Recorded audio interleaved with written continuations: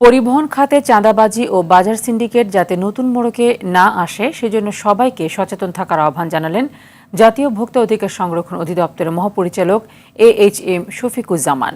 রাজধানীর কারওয়ান বাজারে টিসিবি ভবনে ভোক্তা অধিকার সংরক্ষণ বিষয়ে সচেতনতা বৃদ্ধি ও বিশ্ববিদ্যালয়ের শিক্ষার্থীদের আইন বিষয়ে কর্মশালায় একথা বলেন তিনি।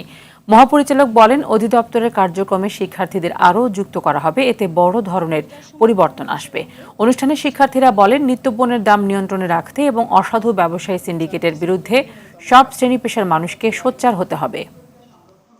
ভোক্তা অধিকার সহ এখানে আজকে যারা আমাদের বিভিন্ন পরিবহন সিন্ডিকেট, তারপর হচ্ছে ব্যবসায়ী সিন্ডিকেট, এগুলো যদি নির্মূল করা যায়, সমূলে উৎপাদন করা যায়, তাহলে হচ্ছে দ্রব্যের মানটা নিয়ন্ত্রণে আসা সম্ভব, এটা আমি বলে মনে করি। যার অবস্থান থেকে সে যদি সচেতন হয়, প্রতিরোধ গড়ে তোলে, তাহলেই সম্ভব। আর আমাদের তো ভোক্তা অধিদপ্তর স্যাররা আশ্বস্ত করেছেন যে তারা আমাদের সবসময় পাশে আছেন, যেহেতু আমরা স্টুডেন্ট, আমাদের কোনো আইন নেই। তোমাদের অদম্য শক্তি, এই অদম্য শক্তি দিয়ে ওই জায়গাগুলোতে আঘাত করতে হবে।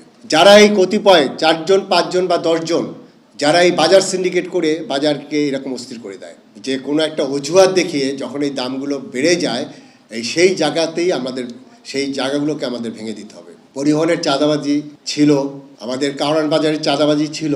আমরা কি নিশ্চিতভাবে বলতে পারি যে সেই চাঁদাবাজি বন্ধ হয়ে গেছে? সেই চাঁদাবাজি আবার নতুন মোড়কে চলে আসছে।